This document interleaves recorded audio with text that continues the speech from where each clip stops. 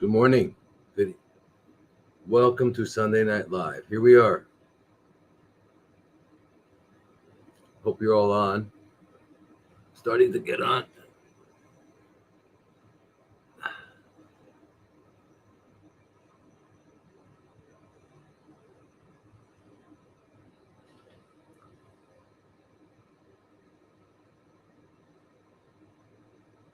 Hi there. Okay. Good morning. Good evening. Welcome to Sunday Night Live. Hope everybody on Restream is coming.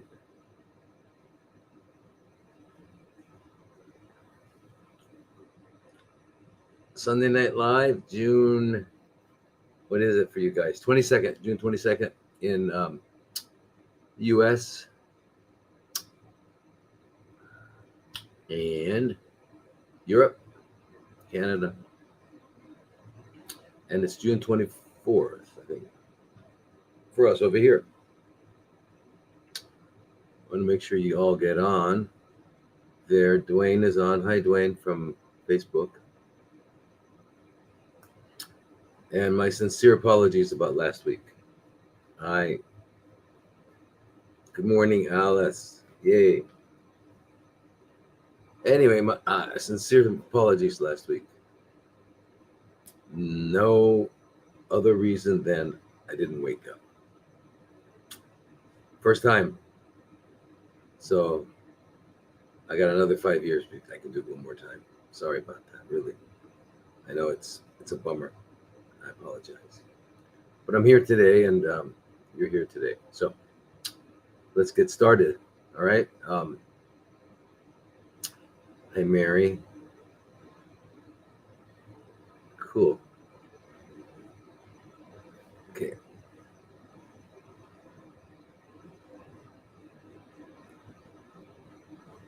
Itchy. Here we are. I'm just waiting for you all to come on. Looks like you're assembling. Okay, so here we are. It's all right. Thank you, Pat. I'm really sorry about last week. Really. So here we are, and itchy.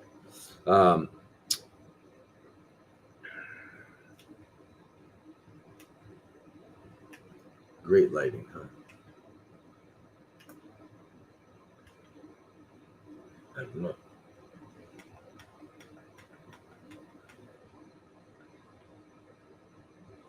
Yeah. Anyway, sort of orangey.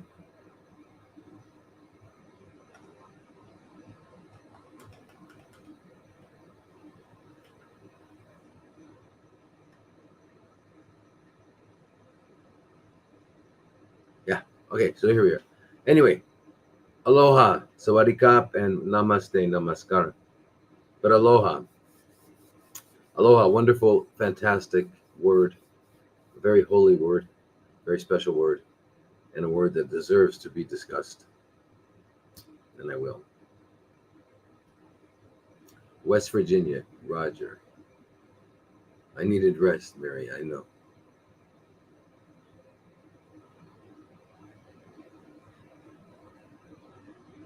What are my thoughts on Dr. William Mackis?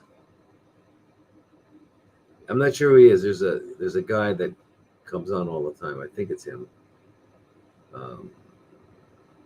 Is he the ICU doctor? Irene, hello from Australia. And everybody from what's that? Instagram. Okay, so here we are. Anyway, let's get started. Today,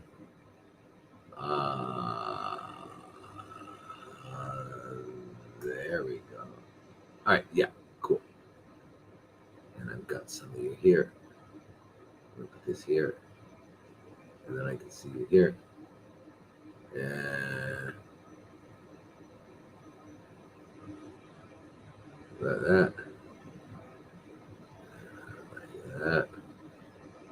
And then like that. Yeah. Beautiful. Okay, cool. And let's get Instagram going here like that. Yeah. Okay. Yeah. All right. So anyway, Just as a reminder, these live streams are every Sunday night if I'm awake, and just a reminder, if you're having an active CFC problem, CFCs are chronically fermenting cells that are also called cancer, which is not at all a useful word. We don't use it, and in fact, it's a painful and deadly word. So don't use it, please. Call it what it is. They are chronically fermenting cells. So for those of you who have an active situation going on, please contact Oasis of Healing and Oasis of Healing in Arizona. All right, that's the clinic that I founded, and it's 20 years now. And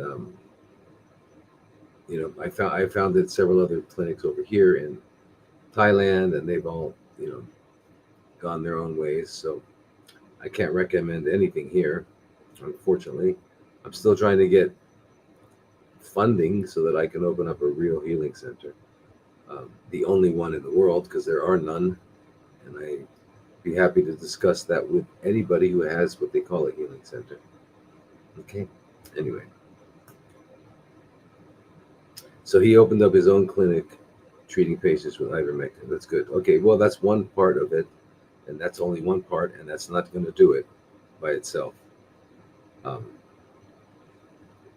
in most cases. Okay. And as a matter of fact,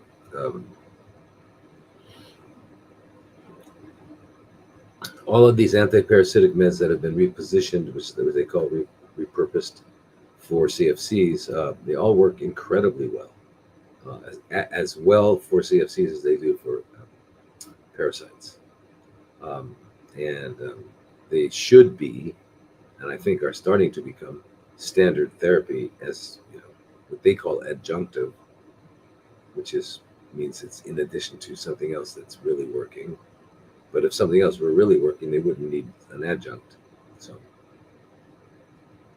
anyway, so we have these Sunday Night Lives, and I have 3 groups. And the reason I have 3 groups is because the 3 groups are CFC group, the parasite group, and the health and healing group. And of course, in the health and healing group, we talk about health and healing, and that's everything from coffee enemas to curcumin IV or orally, for health and healing, fasting, sleeping, all the aspects to life that are compatible with reestablishing a healthy physiology. Because what we're all looking for is to reestablish a healthy physiology. All right, and then a healthy physiology means an optimally functioning human. And an optimally functioning human can also be known as a healthy human. So that's what health is. Health is the reestablishment of a physiology for which we were designed to function optimally. Okay? Optimal functioning of the organism, any organism, is called health. Okay, so our goal is never to eliminate any one thing, because we certainly wouldn't want to eliminate one thing and have something else, a crippling arthritis, heart failure. We wouldn't want any of that. So we don't want to have any of those disabilities, and they come from not having our biological needs requirements satisfied. When they're not satisfied, our body must adapt, and those adaptations are what the Rockefellerians call diseases. Okay, they don't exist, but they exist conceptually, and they're concepts that we don't need to have. And by the way, all concepts are formed out of words.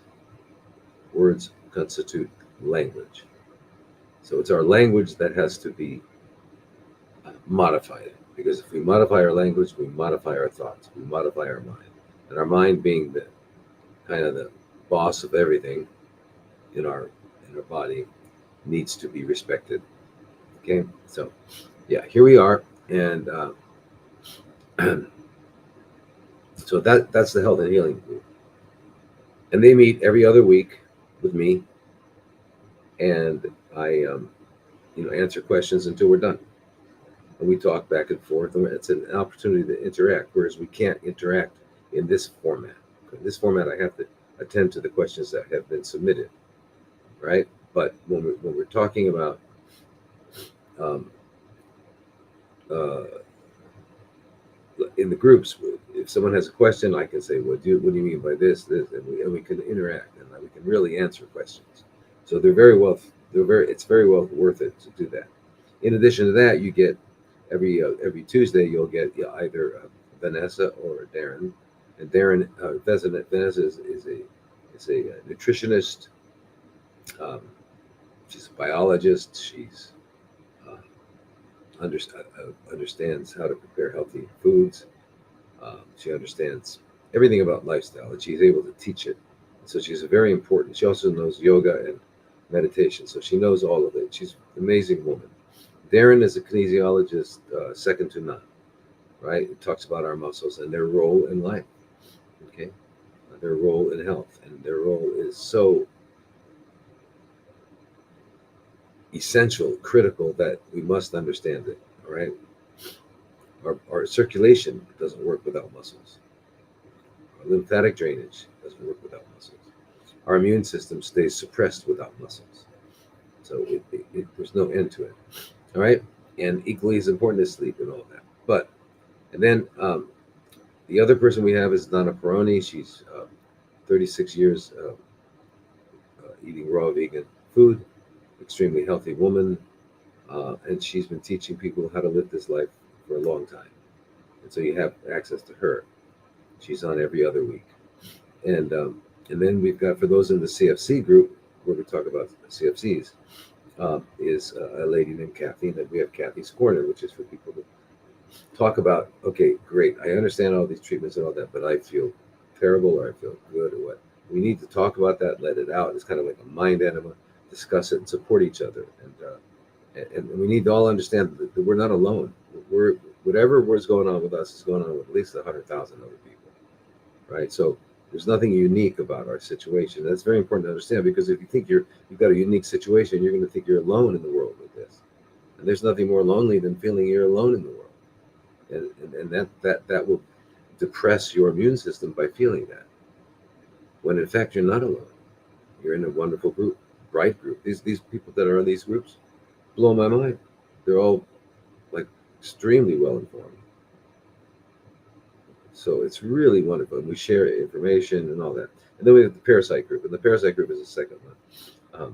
So you got CFCs, parasites, and health and healing. In the parasite group, we talk about parasites and how to deal with them and all that. What is a parasite? All that. Okay, so those are the groups, and I recommend them so we can interact instead of me doing this. Okay, I'll never stop doing this because this is a foundation, and it's free. Okay, so then of course we're live streaming here on Twitter and TikTok, and well, not TikTok yet because not yet. But anyway, Instagram, Facebook, YouTube, LinkedIn, the website drlodi.com. You can stream on that. X, Rumble. Okay, so if you're on any of those, if you're on X or TikTok, it's at Dr. Thomas Lodi MD. If you're on any of the other ones, YouTube, Instagram, Facebook, X, Rumble, it's at Dr. Thomas Lodi, no MD. Okay, so that's it. Okay, so we took care of that stuff. Now let's get into the reason we're here. We're here to answer questions. So the first question comes from Joshua, and his topic is parasites, and he says, Doc, I follow you on several platforms for about 9 months. I'm in trouble, Doc. I definitely have edema in my lower legs, fluid retention.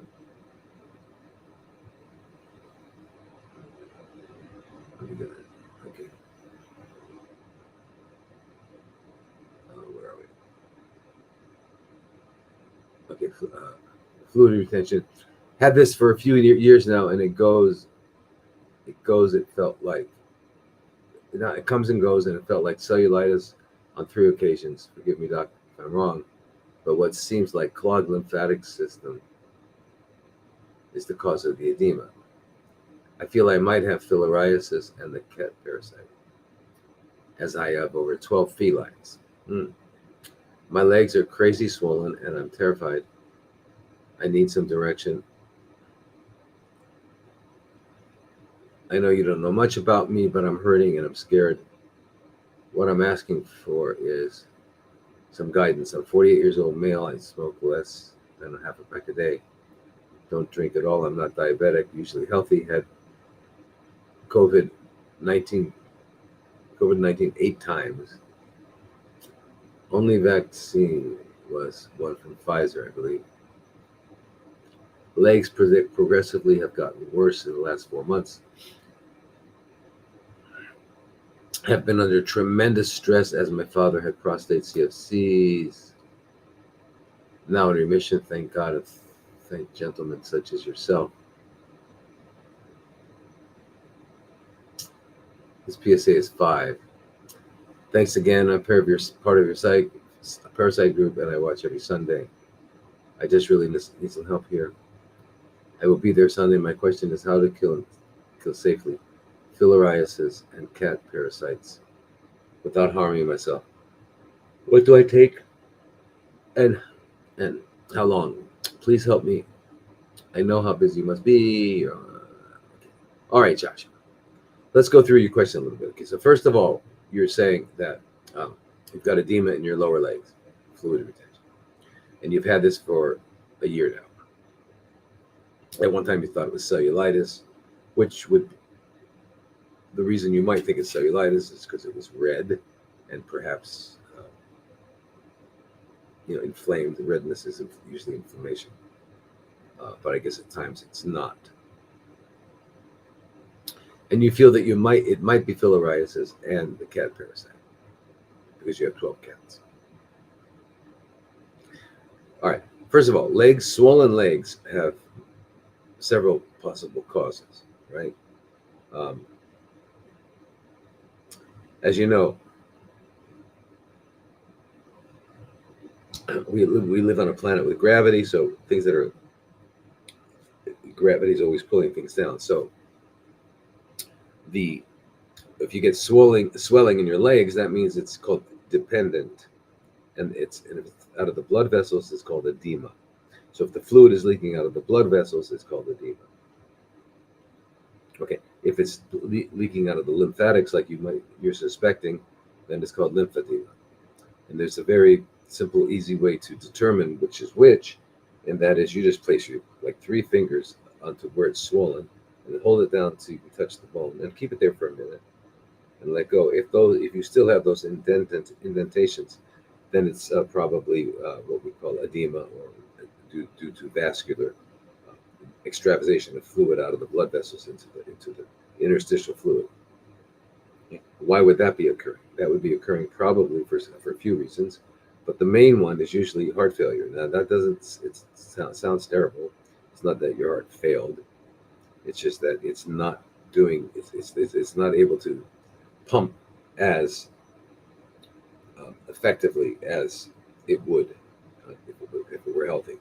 And because it's not pumping as effectively, it's leaving more and more blood in the lower extremities due to gravity, not able to come up. And when they're in the blood vessels like that, the fluid, not the red blood cells or the white blood cells, but the fluid goes through the walls of the blood vessel and collects, and that's called edema.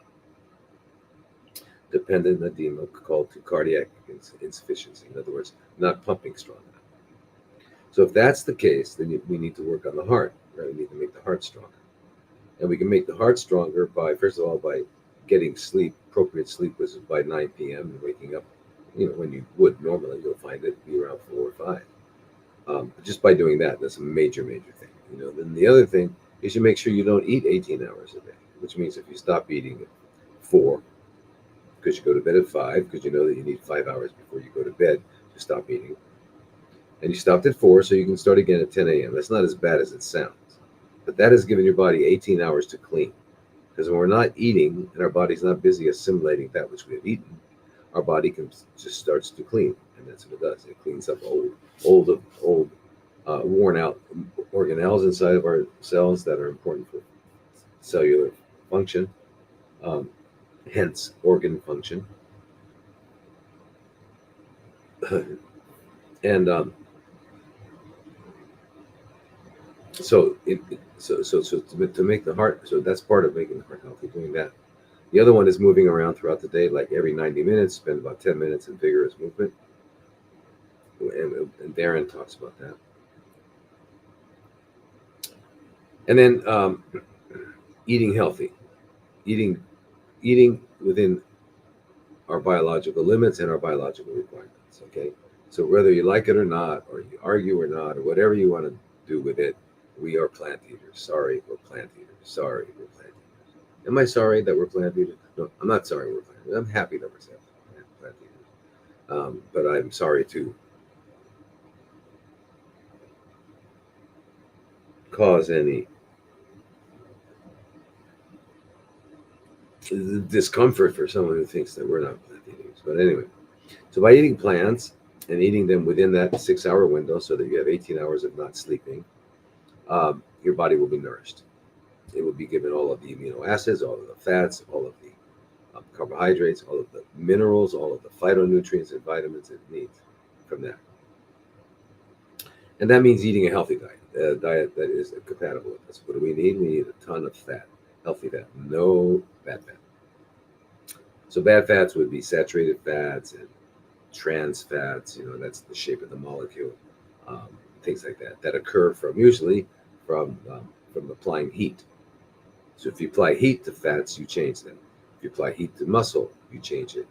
Apply heat to anything, you change it. But if you're not sure if that's true, put your finger in a flame, see what happens. I probably think you would remove it before it had the ability to make any changes. Put a piece of paper, put a piece of wood, put anything else in fire, and you'll watch it change. Well, the same goes with food you're going to eat. All right. So the pyrolyzed, which means heated, fats from animal bodies, turns into, well, it produces aldehydes, which are like a trillion times worse than free radicals. Um, and then it produces fats that when incorporated into the membranes of our new cells, makes those cells not efficient, not able to do their job.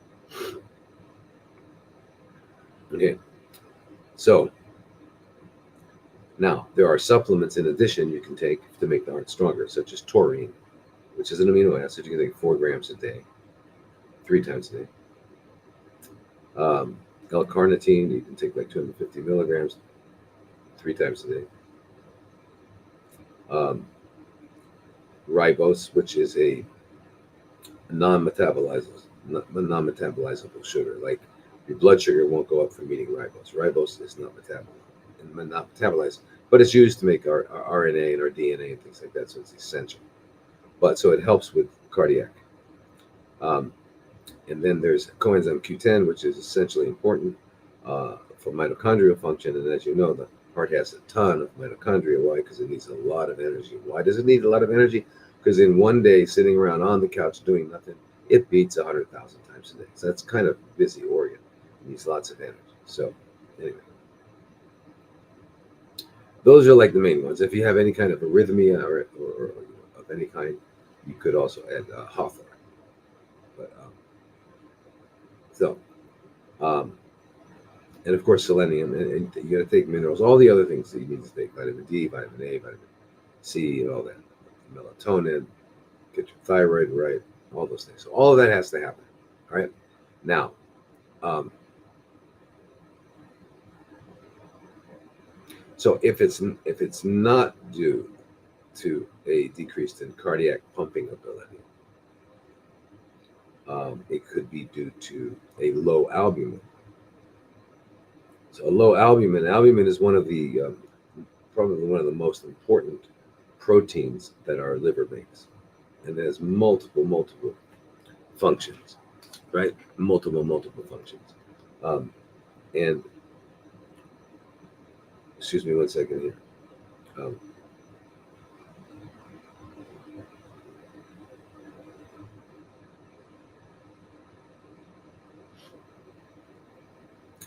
um, in addition to being a carrier molecule, and what a carrier molecule is that anything that gets in our body that's going to be used is a is necessary as a nutrient, uh, needs to um, be transported, and if it's going to be transported, it needs a transporter. So most of the time, it's there are specific carrier molecules. For example, testosterone is carried by sex hormone binding globulin, but it's also carried by albumin. So albumin will be an assistant to any other carrier molecule. Plus, in and of itself, it carries stuff. So it's essential. The other thing is that it being in appropriate levels in our blood causes what's called oncotic pressure. In other words, the pressure to keep our blood into our blood vessels. So if you had too low of albumin, our blood would extravasate through the blood vessel wall and cause edema. But it would cause edema everywhere, right? So it's an exceptionally important. In fact, albumin is kind of like a biomarker, like so significant. Like if you have enough, you'll live. If you don't, you won't live, and that's really how important it is. So.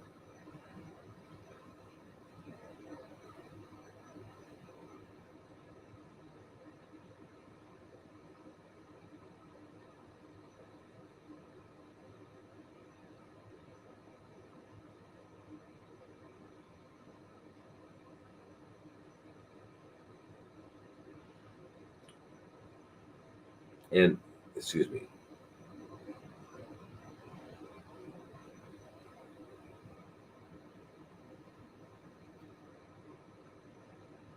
Okay. Um, so albumin is one of them, and that would be due to malnourishment. It's either due to malnourishment or there's another situation where we lose albumin, and that's when we have something called nephrotic syndrome, which is in our kidneys, and it leaks through our kidneys. So instead of being you know kept in the body, it leaks through the kidneys, and then it comes out in our urine, and we have a lot of protein in our urine, and that protein can be that. So that's the other reason. All right, and then the third reason would be our lymphatic vessels are not doing the work. Lymphatic vessels, remember, drain the 10% of the fluid that's circulating in our body. 10% of it that goes to the cells comes through the lymphatics and ultimately back into the blood, into the heart. But if those are blocked, imagine 10% is blocked. So within a month, you're going to have a lot of lymph stuck in your body, and that's called lymphedema. So when you stick your three fingers in there, you're not going to see that indentation. That's one of the main ways clinically to figure out what you have. All right, so just so you know about that, I just want you to understand that. So those are the three things. So if you're having that, that's that. Now, if you think it's filariasis, so in other words, you're thinking it's what you're thinking is of what is commonly known as elephantiasis. The legs get extremely huge. All right, so the usual drug regimen is pyrimethamine, sulfadiazine, and clindamycin. So with the pyrimethamine, the usual thing that's done is that there's a 75 milligram approximately loading dose, and then they give leucovorin. And the reason they give leucovorin is really a replacement of folate, because the way that these drugs work is that they inhibit folate metabolism, which is why it kills these organisms. But you don't want that to happen to you. So that's the leucovorin replenishes it. And then we also use clindamycin. And the clindamycin would be like 30 milligrams 4 times a day, right? The leucovorin would be 25 milligrams 2 to 3 times a day. All right. So that's the main treatment for filariasis. All right. Now, Toxoplasma gondii, which causes toxoplasmosis, which you're afraid of from the cats because you have 12 felines, so it's a good chance you have that going on anywhere. So one of the easiest and simplest ways to deal with that is Bactrim. We've all heard of Bactrim. It's also called Septra. It's an antibiotic that's used mostly in bladder infections, but other things. It used to be used for pneumocystis carinii that we would see in HIV. But that's pretty much the mainstay of it all. And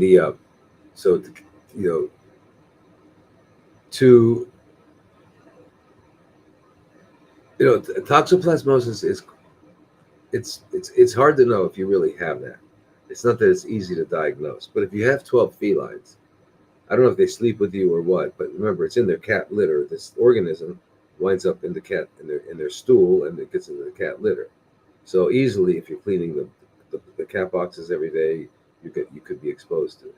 And the one nasty thing about the toxoplasmosis is toxoplasma is that they can get into your brain and cause these cysts and cause multiple problems. So if that's a problem, then you would probably have to go into a hospital and get some IV medication. But if it's not that serious, you can try Bactrim. I think it's the easiest. I had a young woman, 23 years old, who develops a brain tumor, and it turned out it was toxoplasmosis, right? And of course, she had, I think, 11 or 12 cats, and they slept with her. So that's the problem.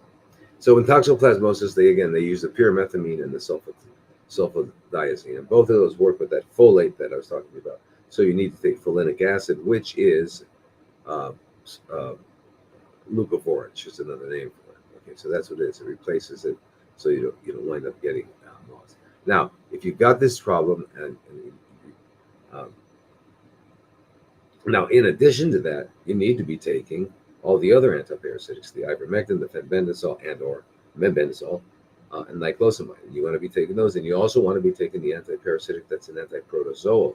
Protozoa are these microorganisms that are not what the worms are. The worms are multiple cellular organisms, right?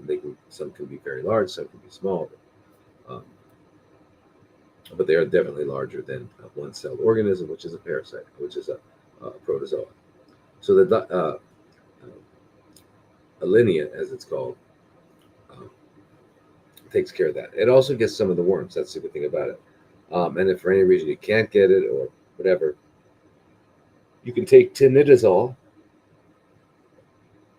which is a cousin of metronidazole that you might have all heard of, which is Flagyl. But that works as well, again, for the protozoa. And if you're killing off these organisms, you're going to wind up, remember, the yeast in our body, funguses in our body that are all over the earth too, that they ultimately win. You ultimately get dismembered by and taken apart and recycled by yeast, by funguses. All right, so we need about 10% of them in our gut, and we do have them, and they're there to clean up all the dead cells, because they take that which is dead, recycle it into what can now produce new life, right? So in other words, it would contribute to the soil. So the reason you'd want to have, you know, for what they call fertilizers and stuff like that, the best would be the feces from animals, or if the animals die and their bodies get uh, decomposed in the soil. All right,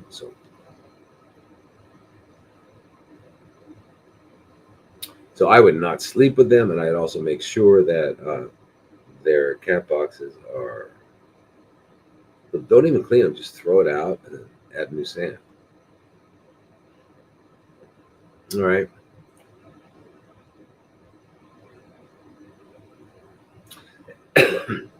And so our second question is by Jules, and she's saying the same thing.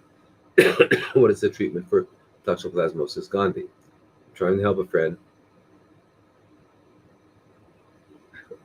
Excuse me. She doesn't want to lose her hair, and I know some treatments affect folate. Right, they do affect folate, and you heard what I recommended for that. It's pretty much standard. As I said, you can do Bactrim, or you can do the pyrimethamine with the sulfadiazine, right? Plus the leucovorin for folinic acid for the folate. And it can take care of it pretty nicely if you do that. Get started on it. The Bactrim would be like it's called double strength, which is Bactrim is primethoprim sulfamethoxazole. So it's two drugs really. And so double strength is what they get. So you get Bactrim double strength twice a day, one pill twice a day. Now, the next question is from Debbie, and she's saying that the topic is leaky gut. And first, thank you for Dr. Emma's recommendation. She was very thorough, knowledgeable, caring. I know. She is the one. I have a few things she recommended, mostly that my airway is very small, and recommended a BiPAP machine. For the juice cleanses, many of the vegetable recommended to juice are very high in oxalates. Is this not a concern? I was told that I have leaky gut, fatty liver, gallstones, and mycotoxins.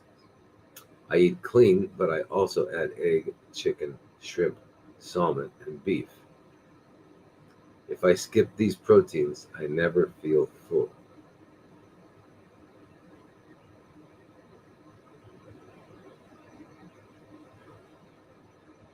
Sorry.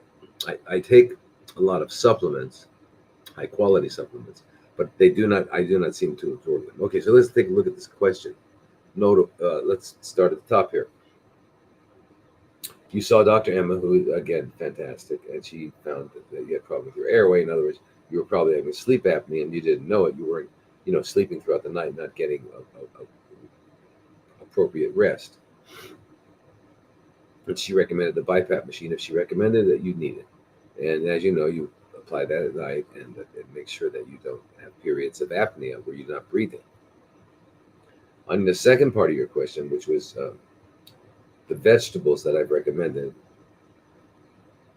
celery, cucumber, kale, spinach, um, lemon, apple, or any other fruit you need to make it taste good, are high in oxalates.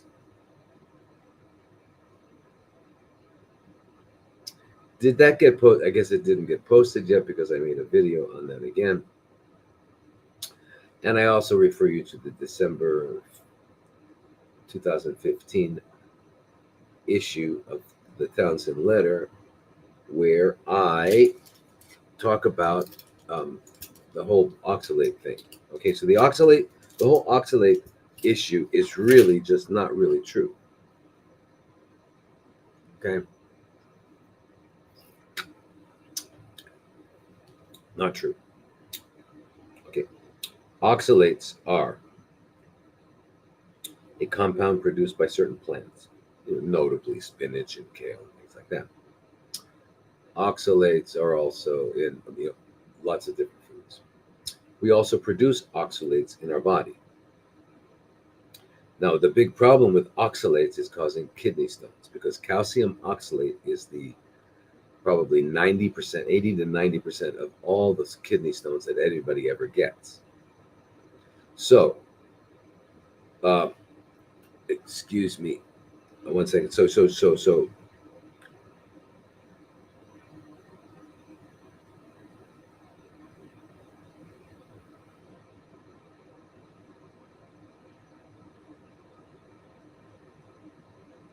just one second, please. One second, one second.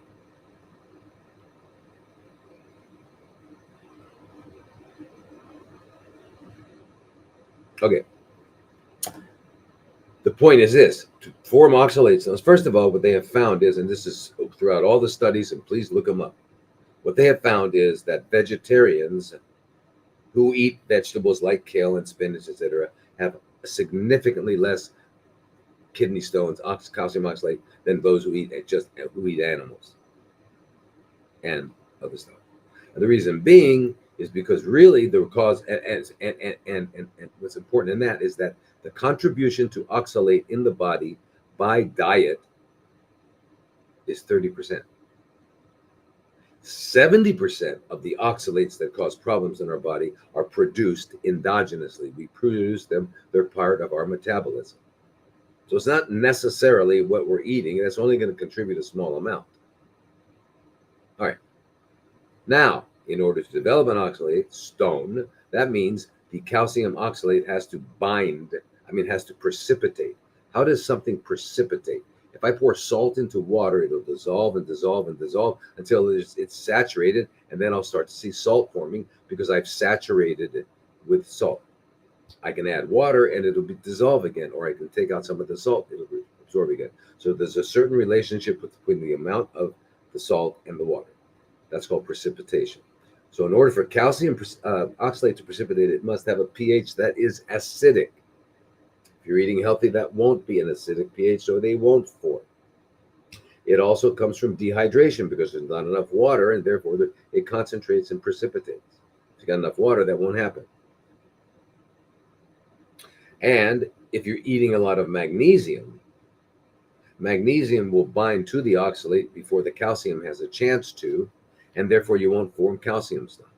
And so the people that are chronic oxalate stone formers are told to eat, and they use magnesium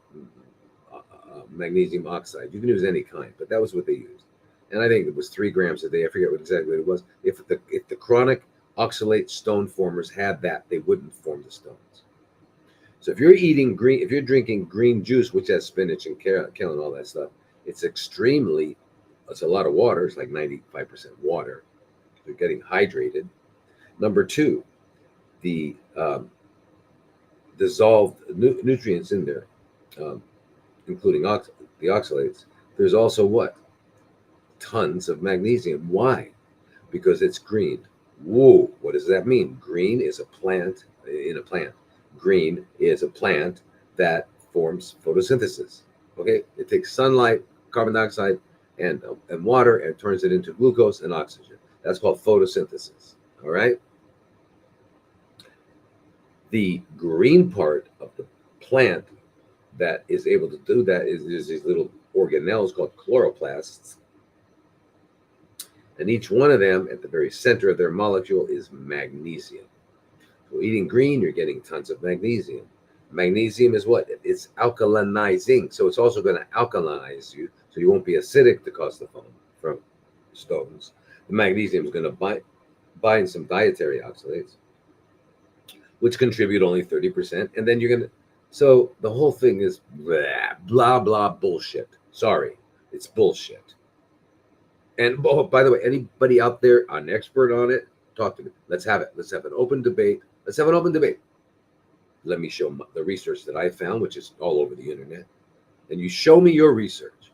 Some guy the other day saying you should eat more meat you should eat only meat during pregnancy. Yeah, you're right. You should smoke too, and you should take cocaine. Yeah, while you're at it. What the hell? It's absurd. But he gets away with it. He's a doctor, and everybody goes, "Oh, okay, all right." So, and in the future, anybody says anything to you, they say, "Okay, I'm going to blah blah blah. You should take this." You say, "Great, thank you very much. Show me the research. How did you come to that conclusion?"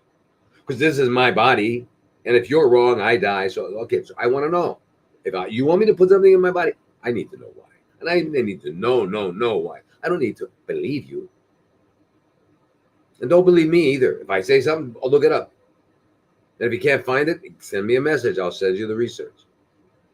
All right. I don't say anything that's not research bound. I don't say it. Why would I say it? How could I say it? How would I make it up? Why would I make it up? What would it help me to make up something about oxalates? How would you do it?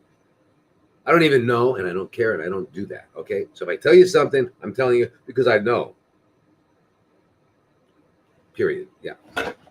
1 second, please.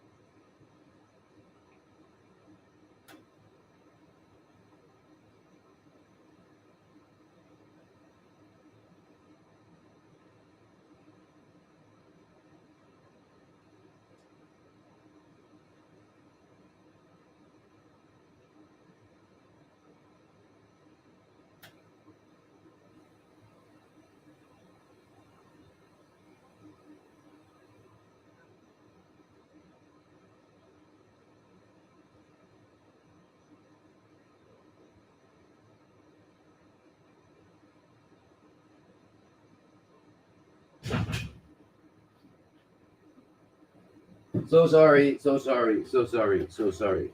So, cup on my cup. Okay, back to where we were. Back to where we were. We were there. And we were there. Okay, here we are. We're back again. Okay. Now, that was your oxalate thing. I hope you understand. And if I skip these proteins, I never feel full. I take a lot of, okay. Well, I'm not sure what that means. I guarantee you, in fact, I'll make a bet with you that I could make you full without eating those. I could. Did you ever eat a pizza? I'm not saying you should eat pizza. Did you ever eat a pizza and tell me you're not full? Pasta, you're not full. Baked potatoes, you're not full, huh?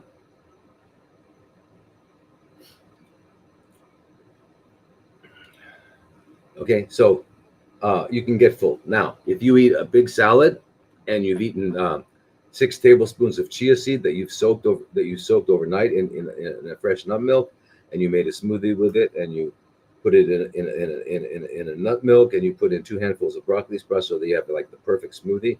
You drink that, you're gonna be full. You're gonna be full. And there's okay. I'm sorry. Wait, I mixed that up. 6 tablespoons of chia that you soaked overnight. You make a chia porridge, and in that chia porridge, you can put on top of it. You can put cinnamon. You can put vanilla. You can put strawberries, blueberries, anything to make it delicious. I like it by itself, but that's pretty filling.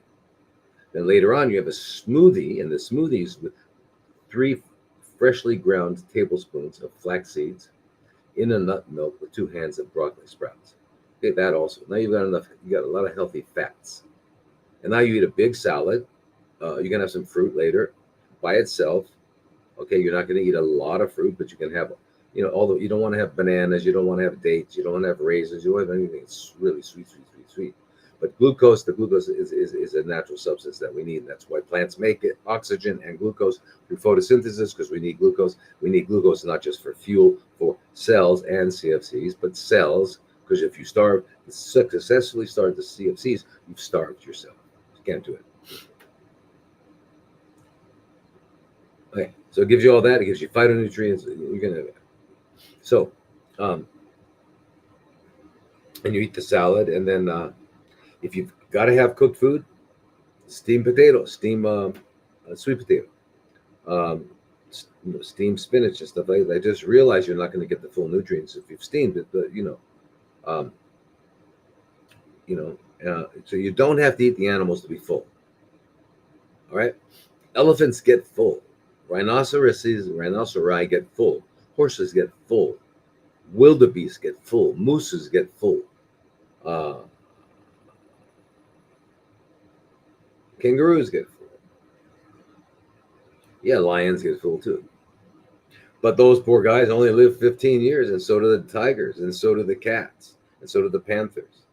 And the dogs, hyenas, dogs, wolves, 15 years. They eat dead animals. Horses, 38 to 40 years. Chimpanzees, 55 years. Elephants, 60 to 90 years. And they're big and they're strong, so that means they got protein and they're vegan. So there's no argument there. Are they well nourished? How about a gorilla? Well nourished? You want to fight a gorilla? How about a teenage gorilla? You going to fight a teenage gorilla? All right. So I don't understand the argument that people have. They have this argument, and it's based on wishful thinking. It ain't based on biology, comparative biology. It's not based on physiology. It's not based on anything. And by the way, that doctor out there, whoever you are, the way of the carnivore. Okay, how about the way of the human? Okay. And by the way, another thing. Think about it. Tell me, if I were to ask you, and I am, of all the animals in the jungle, which ones get most CFCs?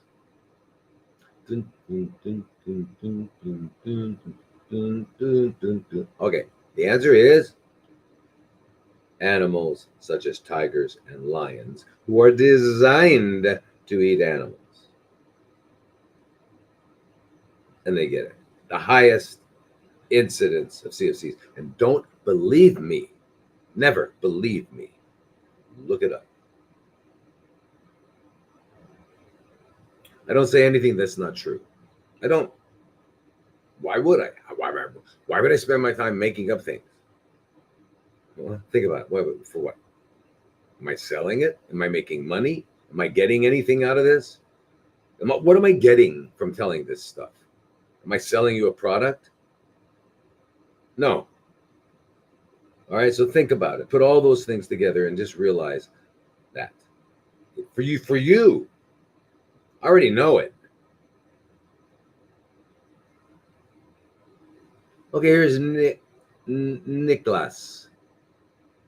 Dear Dr. Lodi, your advice finding a clinic or specialist who treats CFCs. Please stop using that word. That astrological sign word, please stop using it. It means nothing except Okay. Specialist who treats CFCs with alternative methods using also antiparasitic drugs. I would really greatly appreciate. My beloved sister suffers stage 4 colon CFC and is progressing now into widespread into the bones. She has insurance for the US or another country, or would pay herself in order to find a better approach than chemotherapy. You mean find a good approach, because chemotherapy is a bad approach. Bad meaning it does harm. Could you possibly recommend or refer her to a doctor that may treat trust best? Thank you so much. All right, Nicholas, and you're a doctor. Very happy to meet you. Okay, if you're in the United States, would you? I guess you are. She has insurance for that. Are there any doctors that do this? There are that use antiparasitics. I don't know. I don't know.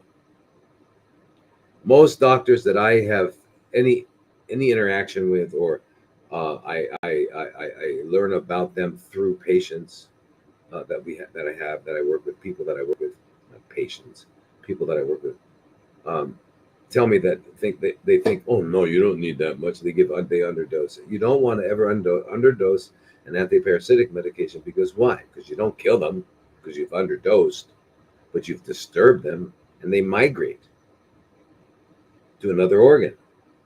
You want them to migrate to your pancreas, your lungs, your brain. I wouldn't. So I wouldn't do that. So finding a doctor that does that is impossible unless you go to an oasis of healing. That's what we do. It's part of our program. Can I think of another one? Honestly, I can't. And that's a problem. That's why my Singapore company, Institute of Integrative Oncology, is going to train doctors and clinics, because we can't leave this understanding of everything just up to me. Now, there are people who use antiparasitics, like one of them, plus metformin and other things, and what they call repurposed drugs. But I'm not sure what else they use, and I'm not sure what their diet is, and I'm not sure if it's comprehensive, and I'm pretty sure it's not, because I haven't found any place that's comprehensive. I find that most places focus on one thing. They do we intervene with, we have ozone, we have IV vitamin C, we have curcumin. Okay, but what are the people eating? Because if you don't establish healthy physiology, it doesn't matter how good your treatments are, you're going to continue to regrow whatever you're growing. I mean, that's not like, oh yeah, oh my God, is there research? Okay, treat lung CFCs and continue smoking. Make sense? No. All right. So now, unfortunately, I don't really know of any. I wish I did. And if there are any doctors out there that do that, let me know so I can know, so I can recommend them to you. I'm not doing this for business. I don't have a clinic with me here in Thailand. And my clinic in Arizona is doing really well. So it's, if you want to go there, we'd love to have you. But I'm just saying we're doing really well. So I'm not here to make business, right? All right. Remember that, okay? For all those youths, I had one guy last week said, or the week before, said, I think I was talking for 2 minutes, and he goes, "I'm already pissed off." Oh my god. Well, then you shouldn't join the group if it gets you angry like that. So anyway, I'm very sorry, Nicholas. I don't know of any. I think what you'd have to do is find a doctor, an alternative doc that you like, that you feel cares and knows what they're doing, and then tell them about the antiparasitics. And if they won't, if they don't agree and don't understand it, it's not even to agree about it. You either know about it or you don't. You don't. If you don't know that oxygen exists, and someone told you that they want it, you say, "Well, listen, I don't know if we need it." Uh, anyway, okay. It's not a matter of believing in it. We don't believe. I don't believe that 5 + 5 is 10. It's not an opinion. It's the truth. And since we're all talking about life and death and suffering and happiness, we need to tell each other the truth. And it should not be predicated upon making a sale of any kind. All right. So, what I would say is find yourself a good doc, and if you can't get antiparasitics from him, you can get most of them online. And very soon, I have setting up a situation here where we will have available to everyone good antiparasitics that you don't have to worry about where am I going to get it anymore. Okay.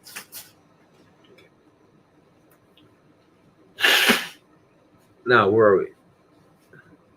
This is Tyrone. I've had irregular heartbeat for about 20 years, and it has progressively got worse. I went to the doctor, and they said it is my cardiac sarcoidosis. But the more I research, it could be a parasite. I don't have shortness of breath and no horrible chest pain or anything like that. But the irregular heartbeat pounds like pounds, and it scares me. My ejection fraction was low, but it went back up when I changed my diet. What can I do? Well, continue the change you made in your diet. Sounds pretty good. Number one. Now, if you had an irregular heartbeat for 20 years and it's progressively getting worse, I mean, it could be several things, but most commonly it's something called atrial fibrillation, AFib, which is when the heart beats like maybe real fast, like put it up, and then put the so it's not a regular like put it up, put it up, put it up. It's not like that. It's put it up. So it's irregularly irregular. Okay, now that it's called AFib, and usually the treatment for that is to take. Well, it used to be digitalis or digoxin, which was quite appropriate. It comes from a tree, and it was used as a therapy way back to the days of Hippocrates. But it was made into a drug, and what it did was it decreased inotropy and blocked the beats. What am I talking about? I'm talking about this. Inotropy is the strength with which the heart beats. Each, if you have a low inotropy, it's boom, boom, boom. If it's strong, it's boom, boom, boom. Okay, so it increases that, which is important because in AFib, because of the irregularity, it's not pumping enough. And it also blocks what's called the AV node, the atrioventricular node. So between the atria, which are the top chambers of the heart, where the blood enters from the body, and then it goes to the lungs. Right? Blood goes into the atrium, down into the right ventricle, and then pumped into the lungs, where it exchanges oxygen and carbon dioxide. Goes back to the left heart, and the left heart pumps it through the atria up to the aorta, and then throughout the body. So that's the route of it. So in order for the beat, which is initiated in the right atrium, to reach the right ventricle, there's a node called the AV node, strangely enough, atrioventricular. Anyway, it kind of determines the number of or how much of the atrial contractions are going to be translated into ventricular contractions. So if the AV node was like being permissive, and all of the atrial fibrillation, because it's AFib, uh, get through, then you'll have ventricular fib, which is death. So if you can block that AV node, then you can prevent all the many, many, many atrial contractions that are happening during atrial fib. You can block them from reaching the right ventricle. So it was a very effective medication, and for some reason, it's not used now. So they're using calcium channel blockers and other things to actually to increase inotropy. And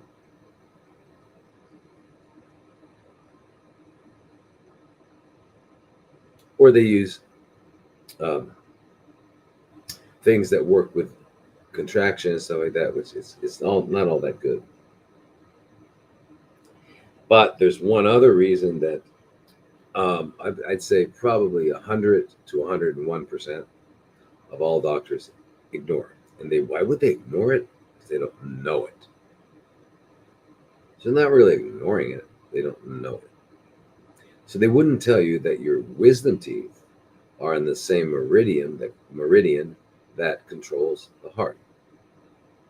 So if you have a cavitation, which means that you've got a kind of like a little cave in the bone, whether it's the bone down here from this wisdom tooth, or the bone up here, or the bone up here, or the bone here. These bones wind up getting these little areas like caves where microorganisms are growing because the immune system can't get there, and they're mutating and having all kinds of fun. And meanwhile, it's sitting on the meridian that goes to the heart, so the heart is going to be affected. And as a matter of fact, there are people like myself who had a root canal extracted the wrong way. Why? Because I went to a regular dentist, and that's what they do it the wrong way. Right? They don't do it the complete way. They don't take out the periodontal ligament. If you don't take out the periodontal ligament, you're leaving a highway in for the microorganisms to get to your bone. It's not rocket science, guys. So, turns out you pull out that extraction that was done incorrectly, and you got to go into the bone where it has accumulated, and you scrape out all of the pus. Then you irrigate it with ozonated water. And then prior to sitting down in the chair, the dentist took the blood, spun it, and at the top is this foamy stuff, and it's called platelet-rich fibrin. Okay, so this platelet-rich fibrin is your body's way to form a clot. So after you've cleaned out you've irrigated with ozonated water, you take ozone gas and you push that in kind of hard, and it goes into all of the little nooks and crannies that are in your bone called trabeculi. Why? Because that's where microorganisms are hanging out. So you push that gas in, you've already irrigated, you took out the periodontal ligament, you got rid of all the junk, and you've cleansed it, and then you put the ozone in the bone, and then you quickly seal it with your platelet-rich fibrin, and guess what happens? You don't get a dry socket, it heals, but you've sealed it off, so now microorganisms cannot get in there and reaccumulate.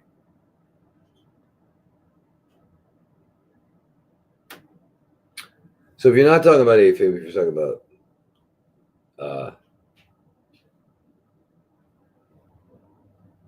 premature atrial contractions, if you're talking about ventricular bigeminy or trigeminy or any of those other things,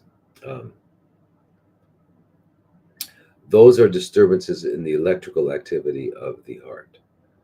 And many times you will have to go see a cardiologist who specializes in the electrophysiology of the chart of the heart, and then they they wind up like a lot of times you'll have an accessory, an extra nerve that's causing this, and they can cut that. Um,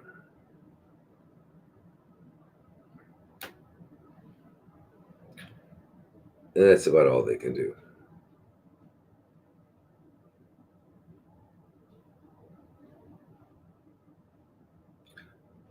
But as you can imagine, it doesn't work. So that's what I say. So also for the atrial fib, you also want to do the same things that we've discussed for people who have, um, you know, hearts that are not pumping so strongly, as in heart failure, and different degrees of heart failure. So in that case, you would take lots of taurine, 4 grams, 4 times a day. L-carnitine, 250 milligrams, 3 to 4 times a day. A B complex, a strong one, because you're also going to add ALA, alpha lipoic acid. Um,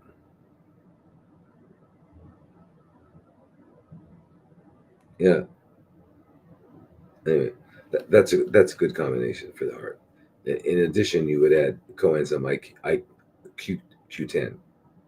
Okay, because coenzyme Q10 is an extremely important molecule that, and especially for the heart because of all the mitochondria. So it's definitely the way to go. You've got to do that for your heart. Okay. Now, and I also don't know how much EMF you are being exposed to, but we do know that electromagnetic frequencies have an effect on the electromagnetic frequencies of our heart and our brain and other things like that, and that's part of their danger. They've got many dangers, but a big part is that. Okay, so you need to avoid wear Faraday clothing. Maybe put a Faraday cage around your bed at night, so when you're sleeping, you're not getting exposed. There's various ways of dealing with EMF. Avoiding. Um, if you have a Wi-Fi, you can definitely turn it off at night. You can have your house wired so that you get everything directly through the wall electricity, and you don't need like all this ionizing radiation in the air. All right, because that's what's there, and it's causing havoc in our bone marrow and many other places. So you don't need that. Okay, for sure. So we need to protect ourselves from EMF because um, it can cause everything from flu-like symptoms, or the big the C19 boogeyman that everyone's come to believe is sitting on that desk right next to you, waiting to you relax so it can jump inside or something. I'm not sure what people think about that. Okay, so that's cool. Yeah, yeah. Anyway, so, and by the way, any vaccine you got from Pfizer or Moderna, um, it was what they call a euphemism, meaning it wasn't real. It wasn't a vaccine. Why would you say that? This guy's weird. Is he really a doctor? Okay, so why would I say that? I would say that because, from my understanding, a vaccine is you get an injection of something that is specifically designed to prevent you from getting something else. Well, it turns out if you got these injections, it did not only not prevent, it increased your likelihood of getting them. So, anyway, but they also cause problems. They cause spike proteins. They cause cardiac problems. They cause what's called myocarditis. So yeah,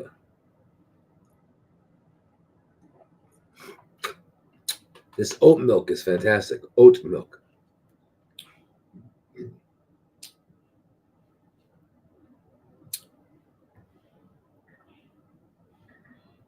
All right, so now where are we? Okay. Uh,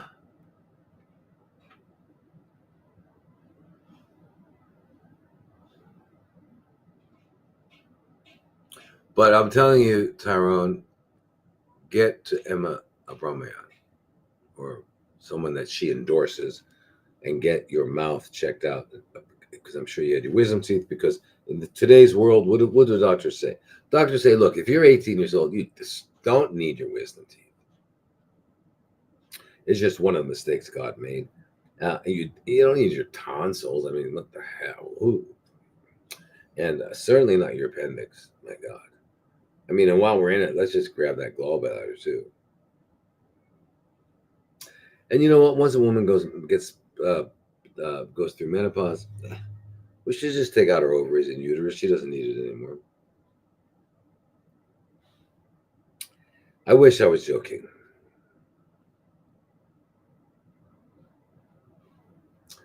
Okay, Constantine.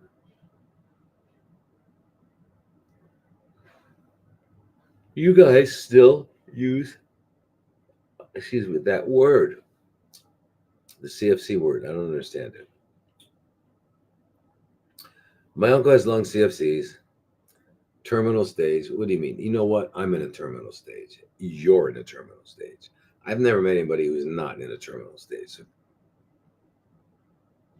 all right, now, so my uncle's has lung CFCs and it's terminal stage.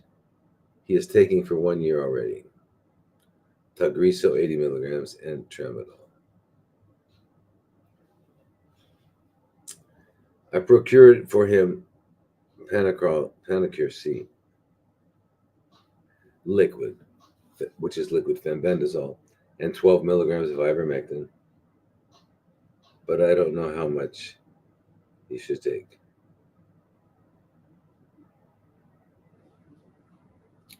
You're meaning for the lung CFCs, right? Well, you need to do everything we just said so that the lungs will have a healthy capacity, right? And they'll be able to um,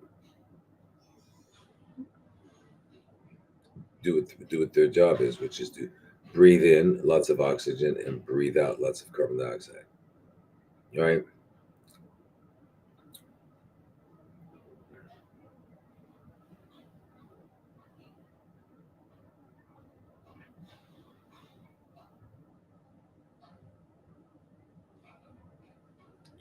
So,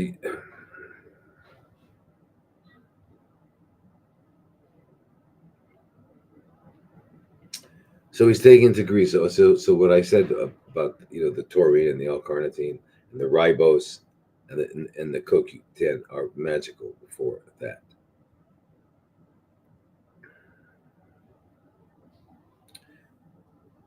And everything else, going to sleep early, all these things that we talk about are all appropriate because they all need to restore physiology. So whatever we're doing to treat an underlying condition, in order to successfully treat it, we must restore healthy physiology, because if we do not restore healthy physiology and we just go to hammering down something so we don't see it or feel it, we didn't stop the reason it formed, and it's going to form again. And that's just the way it is. That's just life. Okay, these are just lessons from a thing called life.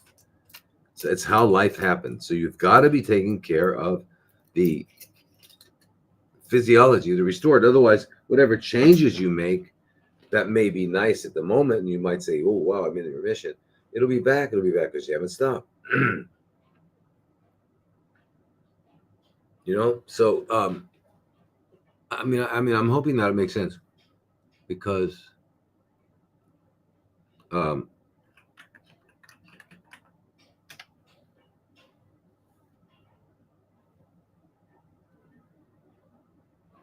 what is this now? I'm just looking this up here.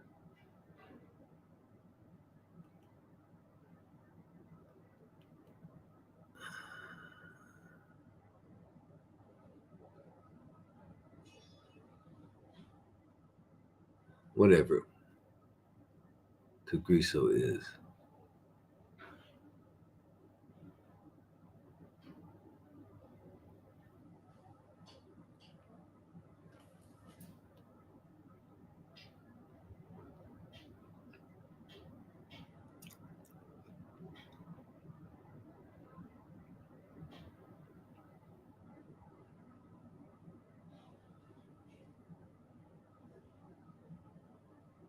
All right, so it's for epidermal growth factor, HER2 stuff. Anyway, I cannot tell you to stop taking whatever medication your doctor told you to take. I can't tell you to stop because I don't know your situation and I can't give you medical advice. If I were working with you, I would. And what I would do, my goal would be to get you off the greaso and take care of everything naturally. You restore physiology. And then if we needed the drug, we would do it for as long as we needed it. But we wouldn't continue doing the drug.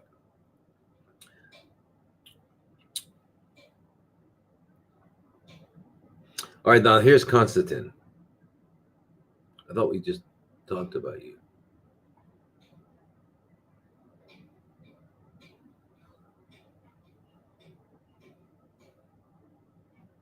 Maybe I did. I'm hallucinating, but okay. So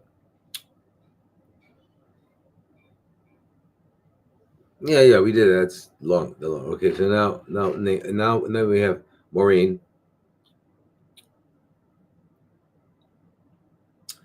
Okay, so why husband? I mean, I think I meant mine. And I have take it.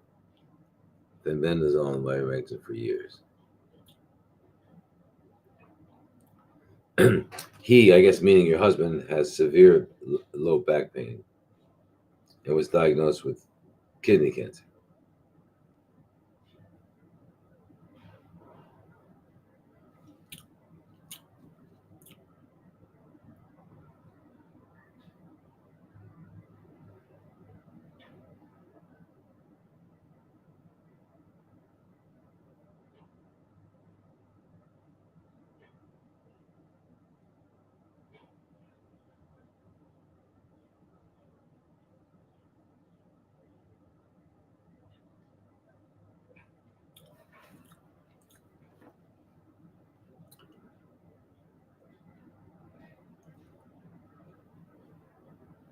So here we are. Okay, now let's look at Maureen. Okay, your husband.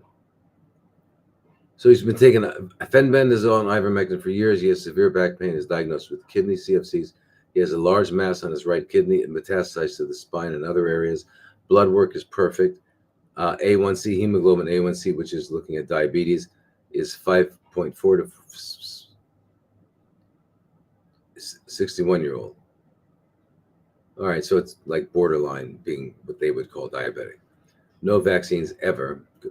Now they are scheduling radiation, did mapping already on morphine and Norco. So drug to the max. All this happened within 2 weeks. What do I do other than giving him 850 milligrams of Manuka honey daily? Do I start Fenban and ivermectin again? All right. So he's got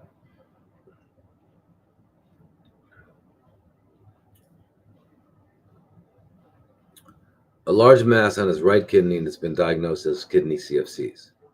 It's metastasized to the bones of the spine and other areas. All right, and then when you say blood, the blood tests are perfect. I do not know what bloods they drew, because I can tell you that most doctors draw the same blood tests that are useful, but they don't tell the story. All right, so they probably look at tumor markers, and other parameters like it's your heart, your heart, how's that working, your electrolytes, your kidneys, your blood albumin, liver, all these things is what they in the blood test. What they don't do is they don't look for things like the ferritin to iron ratio. Ferritin is a molecule that stores iron. Okay? And it's the free iron that is available for the cellular needs. Right? So the ferritin is the storage, and it turns out if it's 5 times more than the iron, then you probably have CFC somewhere. So the fibrinogen the fibrin the ferritin the ferritin level compared to the iron level should not be more than 5 to 1. Lower is better. 1 to 1 is great. Less than 1 to 1 is great. All right. Now, ferritin can go up for other reasons, infection, inflammation, other things, but that means it goes up acutely and it comes down. But if you have a chronically high ferritin and a relatively low iron, and the ratio is more than 5 to 1, then it's a good chance their CFC is going up. So I really don't know what you mean. And then I'd look at LDH, which is the last enzyme involved in the conversion of pyruvate to lactivate, which causes lactic acid in tumors. Okay, so I would look at that. I would look at thymidine kinase. So those would be the tests I would look at, in addition to some tumor markers. And as you know, kidneys don't really have a tumor marker that's been designated to them.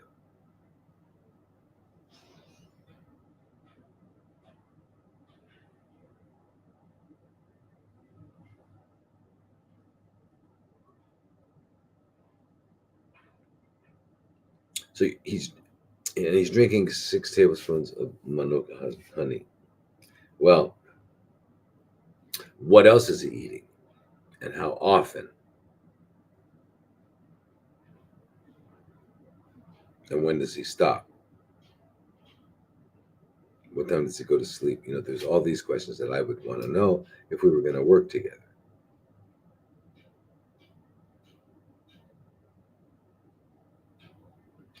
All right, so here's a note from Heman. Thoughts on RGCC test?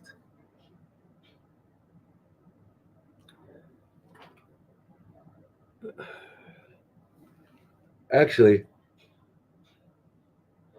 excuse me, I think I need to add to the drlodi.com website a few things.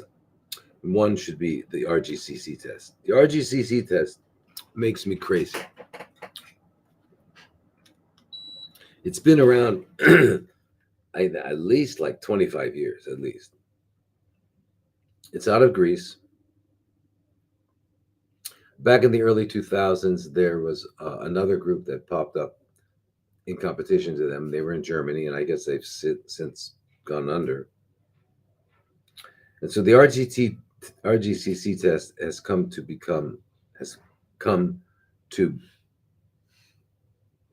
known as the originator of this whole process, and has a lot of business worldwide. And what that test does is that you get some blood, you draw some blood, and they call that's a euphemism. Um, uh, you know that they use. It's they draw the blood and they look for circulating tumor cells. And when they find enough of them, then they can test them against certain agents to see if they die, such as different chemotherapies or combinations of chemotherapies. And every other thing they do is to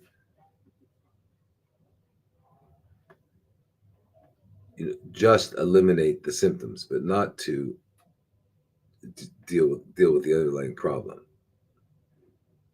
So, um,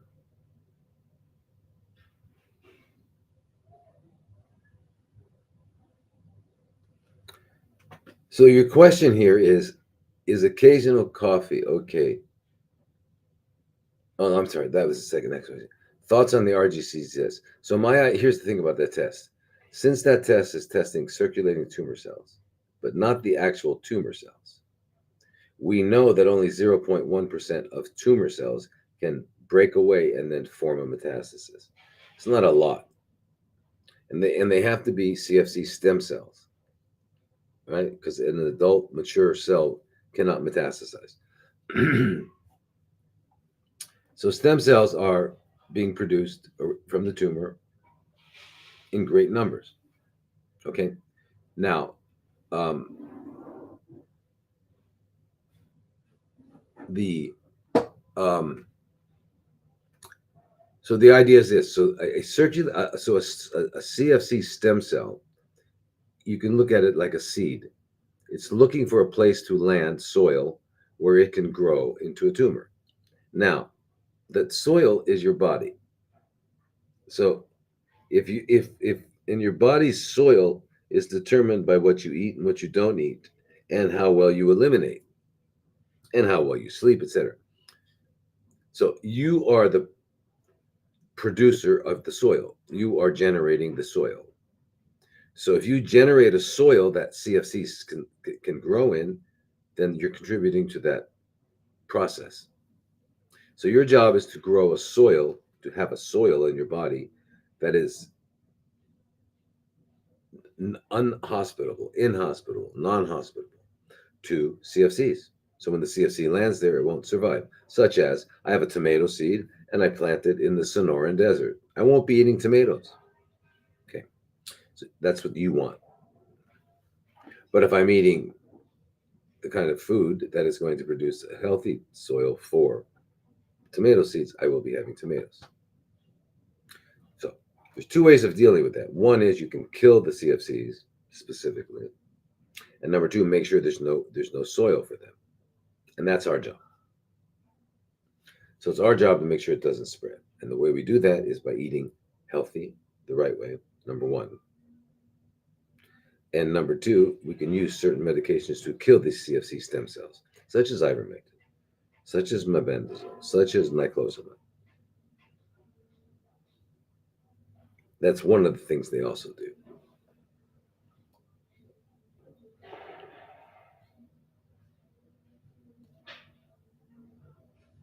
So I would not, and I do not use the RGCC since 2004, and for that reason, is that the cells that we're making all they're doing all the testing on and giving you answers to how to deal with it are part of the 0.1% of the cells that break off that are stem cells. Or if you're eating certain foods or getting chemotherapy or getting radiotherapy, you're also now changing mature CFC cells into stem cells. So therefore, even after you finish your parasite cleanse, you still want to take a little ivermectin, a little mebendazole, a little niclosamide to prevent recurrence or to prevent it from coming back.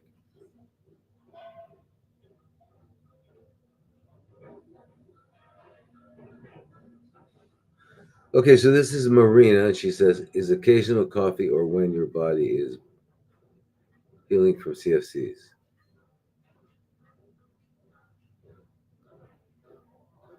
It's still beneficial to have nuts, nut butters.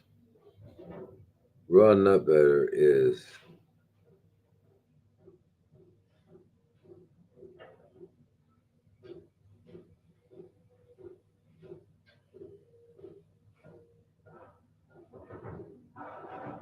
all right. Okay, so raw nut butter is hard to find, and can phytates in the nuts hinder iron absorption? All right, so yes, number one, occasional coffee, and and even regular coffee. You're not putting anything in it; it's black and it's organic. Um, can be healthy if you don't overdo it.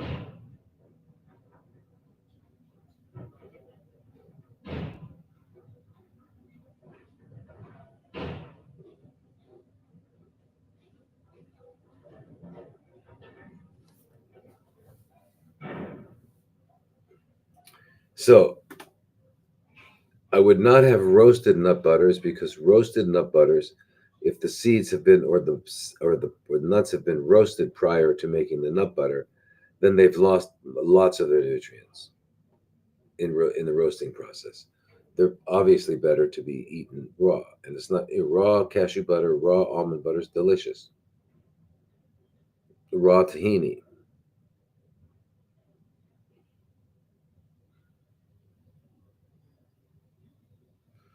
Okay, so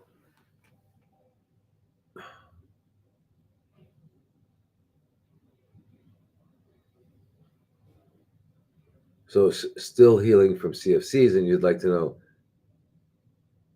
if roasted nut butter is good or you eat raw, and can phytates iron hinder iron absorption. Yeah, phytates can limit a lot of different nutrients.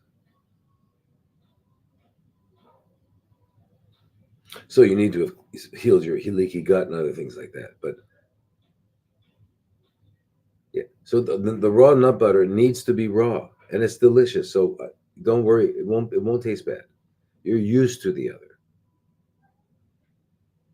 And you're talking about iron absorption. What's more deleterious to iron absorption is having a high stomach pH because you're no longer to make your stomach acidic enough. And if you get to that point, you're 40, 50, then you start taking betaine hydrochloric acid, these little tablet capsules, 15 minutes before you eat, so that your stomach is nice and acidic the way it should be to deal with the incoming food.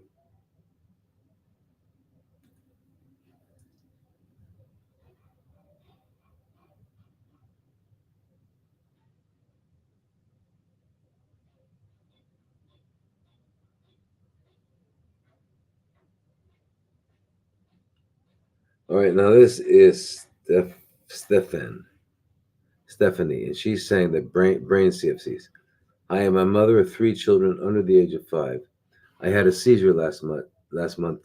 Was rushed to the hospital where they discovered a brain tumor on my right temporal lobe. They did emergency brain surgery to remove it and have diagnosed it with stage 4 glioblastoma with EGFR on September 14th fusion, EFGR, IDH wild type, and an unmeshed management gene. We are deciding if we do radiation or should go on a different route. I have been doing a ketogenic diet since out of the hospital, but looking for guidance on the protocols. And would it be effective to take ivermectin or dendritic immunotherapy, ozone therapy? All right, so okay, a glioblastoma, as we all know, is it's got a nasty reputation. And the reason is they really have never developed a successful, even 5-year prognosis. So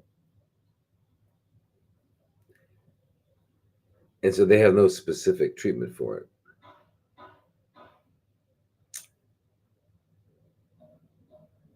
All right, that's that. Okay, so it's a tumor in the brain. It's your right temporal. The temporal is going to control emotions and stuff like that. So, um, it can be a problem. Um,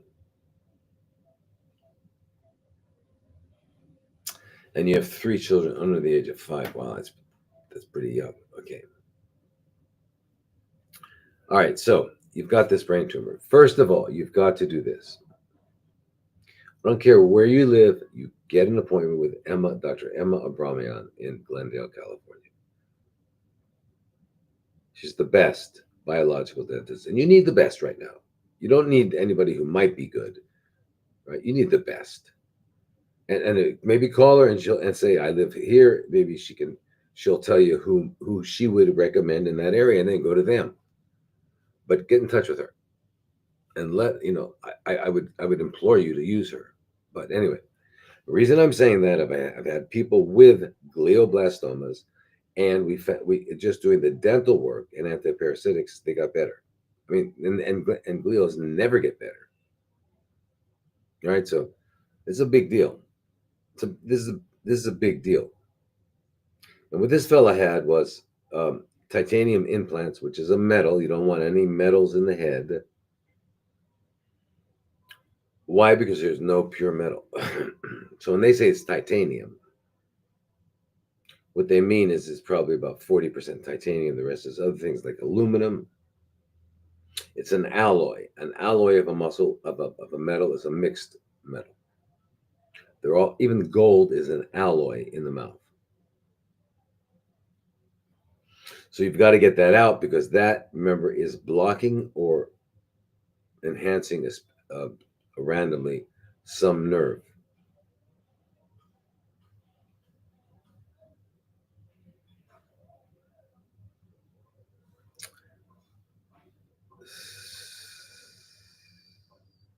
Which one was that? Oh, okay. Now, now, as far as radiation, I usually do not recommend surgery, radiation, or chemo unless specific situations. And this just might be one of those situations where radiation is necessary. And what I mean by that is that if the tumor is growing so large that it is about to cause the herniation, or where it gets knocked off its axis and then you're dead, or it's causing so much edema that you need to be, you know, you getting rid of edema.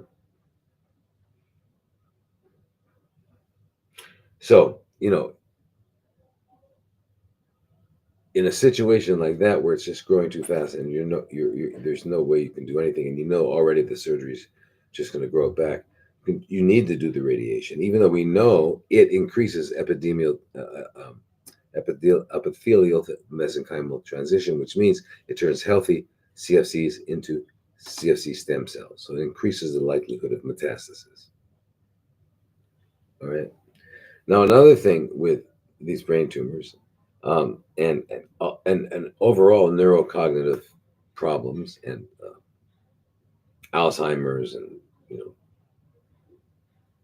ADHD, all these things, is that they're made up of a lot of white matter. White matter is surrounded around the gray matter. It's kind of like it's a protectant. So um,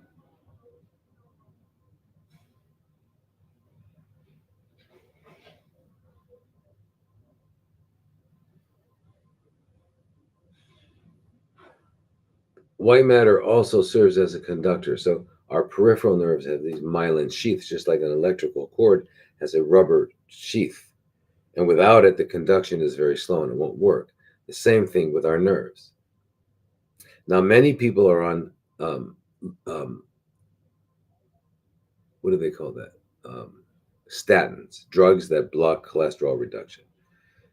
Now, all the testing on this has never ever said that if you take statins, you have a better quality of life or you have a greater quantity of life. It doesn't look at that.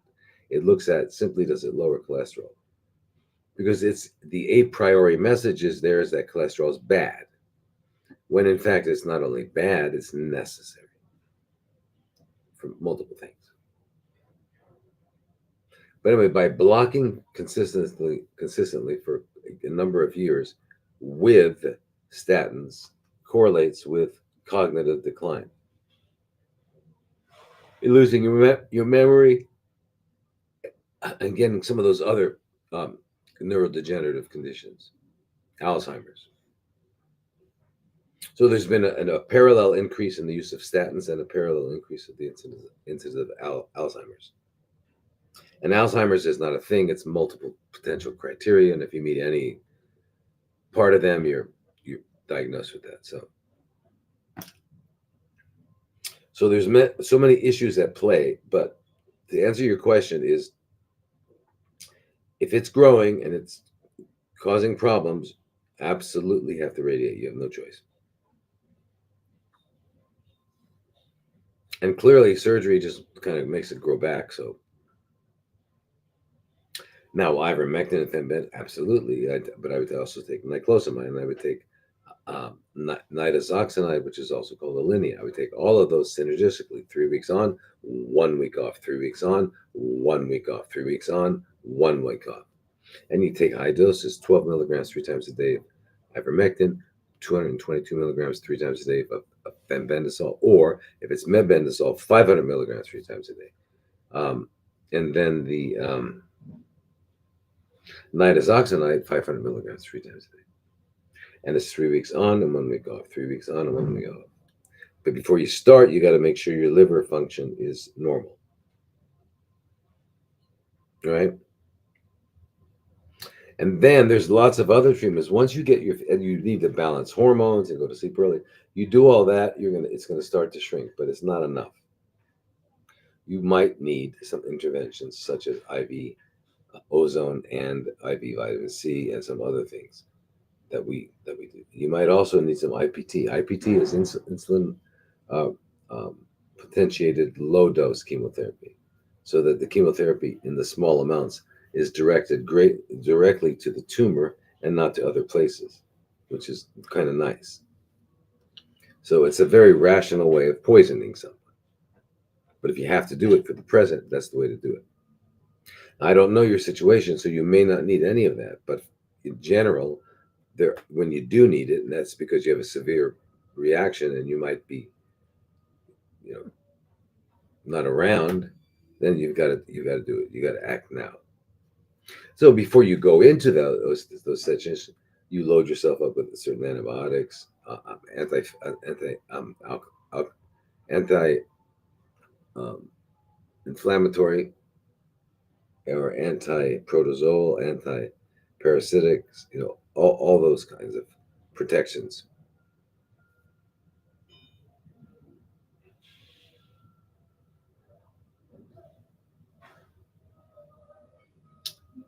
That was June 8th. Okay, great. Now, okay, so now we're on to Lisa. Have you ever heard of pearl powder? Is it safe? The CFCs as well add uh, the CFCs as well as autoimmune. I suppose that to heal the gut after each hair section with a minimal problem.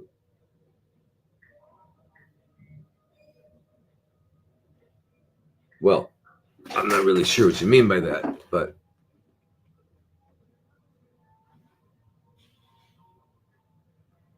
pearl powder. What is pearl powder? Let me just see what that is. Pearl powder. Okay, come on. God,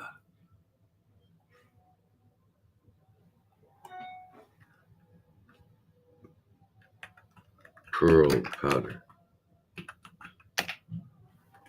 So pearl powder is crushed pearls used in China and elsewhere for skincare and traditional Chinese medicine. It's made from freshwater pearls or salty water pearls below jewelry grade and is sterilized into boiling water before being milled into fine powder.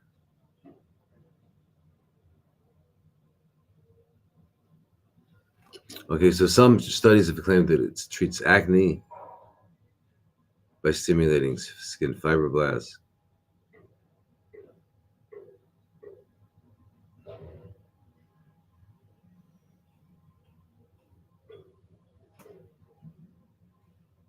So, and it's also useful, supports bone health and cognitive decline. All right, so it sounds great, but that's the sales. That's the sales. But what the hell is it?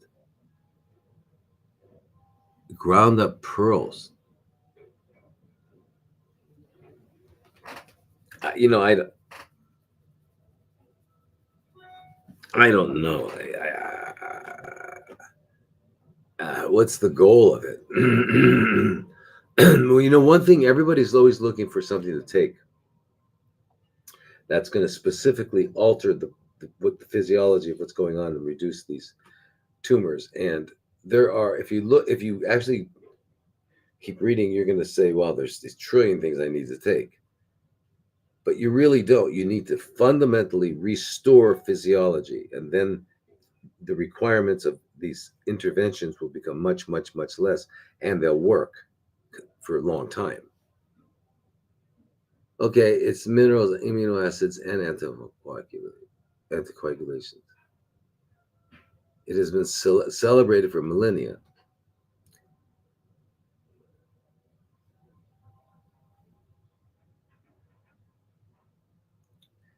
You know, I would definitely have to read about this. I don't know. I mean, it sounds, possible. Sounds possible, but it just, I don't know about pearl powder. I will find out though. I'll find out. I'm not rejecting it at all. I just don't know about it. Sorry.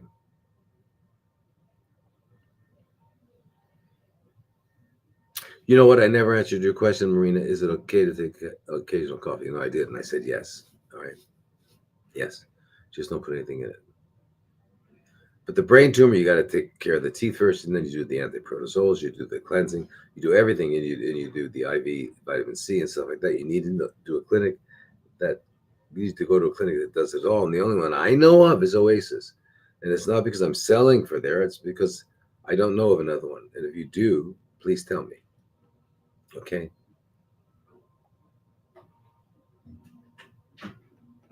Now, wait a minute. Is that all the questions for the day? That can't possibly be the case. Wait, let me see.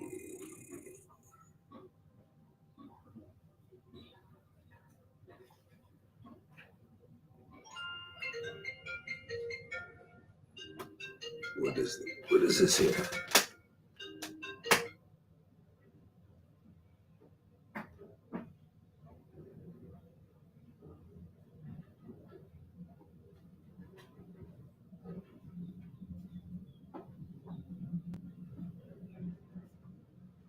I guess that's it. That's it. Excuse me 1 second.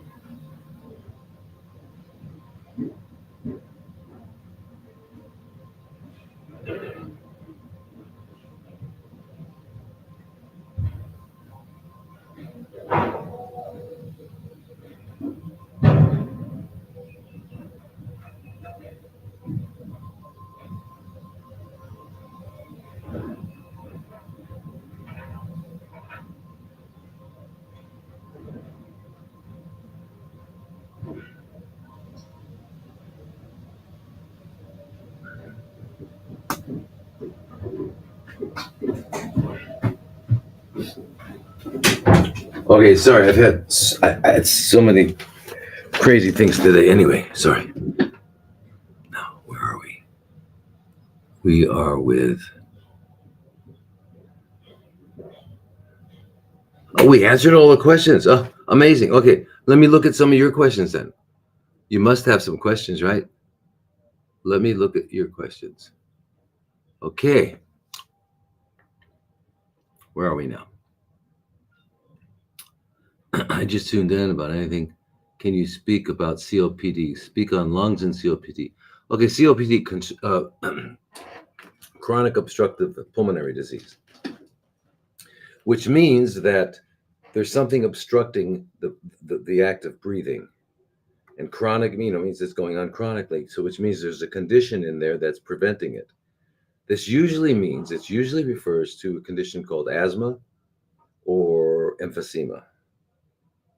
And those are really two different kinds of obstructions. One is, basically obstruction coming in, and the other one is obstruction going out.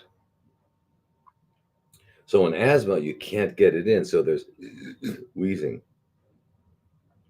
And that means the little bronchioles, the small little tubes that your bronchus, main bronchus into the lungs, and then they spread out to bronchial tubes, which are really small little guys with smooth muscles. And they spasm, and when they spasm, you're wheezing because you can't get the air in, so they're whistling.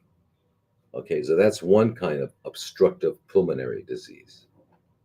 The other one is emphysema, where it's a different kind of thing going on. And what's going on is that there's scar tissue surrounding the little sacs that exchange air, that are the end, the final place for which the air goes to through the bronchioles, where the gas exchange takes place. So around there is the lung part has been uh, chronically inflamed, and it became um, basically scar tissue. And so you get the air in easily because there's no obstruction. You go, and then you can't get it out.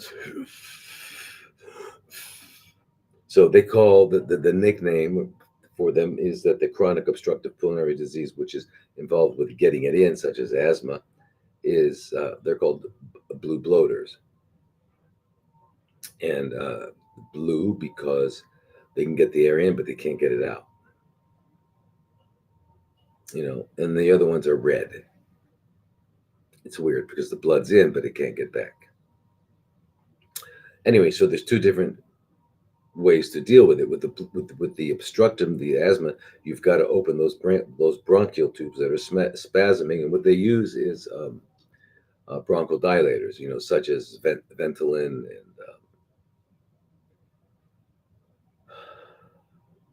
and there's Atrovent, there's Ventolin, there's albuterol, lots of them, and those actually they're called beta 2 blockers, and they block. That's kind of how that works. And with the emphysema, there's nothing really they can do. You can do something though. You can do exactly everything we're talking about. And that is make sure you have your teeth right. You make sure you're not on the lung meridian. Number one. Okay, or anything going on. Get that taken care of by a biological dentist. Okay. The other one is cleansing the body. Let's get rid of all the toxins. Let's get rid of all the toxins.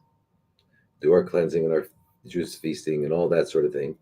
Let's live healthy. Go to sleep early. All that, and then you're going to max out on the vitamins that we don't get normally from our food because our food is so malnourished. It's not complete. Even if it's organic, it still might have lacking in minerals and lacking in phytonutrients or whatever. All right, so we need to take, and that's vitamin A, D, C, E, the mixed tocopherols, the mixed tocotrienols, and the A, which is the mixed carotenes, which is lutein and astaxanthin and stuff like that. And I would also recommend Valasta at that point, which is a special kind of astaxanthin and and then of course melatonin, lots of melatonin, and the um, iodine thyroid, which we've talked about a lot of times. You've got to get that going, which means you're going to be taking iodine to replenish it because we don't get enough in our diets if we're not Japanese. And then our thyroid, which is usually low functioning, it can be hyper, either way, but from low iodine. So while we're replenishing the iodine, we're also taking a natural thyroid medication to make sure that during that time of replenishment, we are still having what's called euthyroid. We're functioning healthfully, and we need that because the thyroid is in charge of the energy production of our cells, kind of important, and it also is involved very heavily in conducting a healthy immune system. So very, very important. That and the adrenals. So we're doing all of that, and we're cleansing and all that. And we're going to be getting extra antioxidants through an intravenous vitamin C, etc. So and ozone and things like that. And we can reverse a lot of this, and we can eliminate a lot of this if we do all these things. There's another thing that's done interventionally in these kinds of situations, and that is intravenous hydrogen peroxide. But you've got to have someone who's trained in it, and they get pharmaceutical grade hydrogen peroxide. And they use it's 0.03%. It's very low, but it's pharmaceutical grade, meaning it's pure, and it's given at a certain rate in the IV. And it's got to go to a certain rate, otherwise you scar the blood vessels. So it goes in at a certain rate. So you've got to have someone trained in that, but that helps tremendously as well. And then there's the other things of working with your lungs, and that's doing things like pranayama and other kinds of deep breathing. Okay, you got to restore immune function. You just you fundamentally you do the same things. You restore physiology, but you can also work specifically with these. But you've got to find out too, do you have emphysema because you were born with alpha 1 antitrypsin deficiency? It's extremely rare, but you would know it because you'd have emphysema as a child. So that's usually a very unusual meaning of source of it. All right, so that in a nutshell, that's COPD. Here's Lori asking what are brain lesions, and what are brain lesions depends on what they are. If you're talking about infarct, you're not getting enough blood, then you've got clogged up arteries. If you're talking about, like multiple sclerosis, where you've got defects in different aspects of the white matter, that's another thing, right? And then if you're talking about tumors, so it depends on what you're talking about. I guess not that see, that's why if you join the group, I would be able to say, well, what do you mean? Let's find out what you're talking about, and I can answer the question. What is the third antiparasitic after ivermectin and bendazole? Begins with an N, and it's called niclosamide, which you can find at niclosam.com. How can I heal my nervous system? Very good question.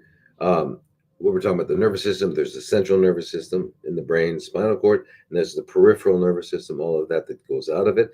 Part of that peripheral nervous system is called the autonomic nervous system, which controls all of the non-voluntary things that are going on in our bodies, like heart rate, blood flow to different organs, messages going back and forth from our gut to our brain and back and forth.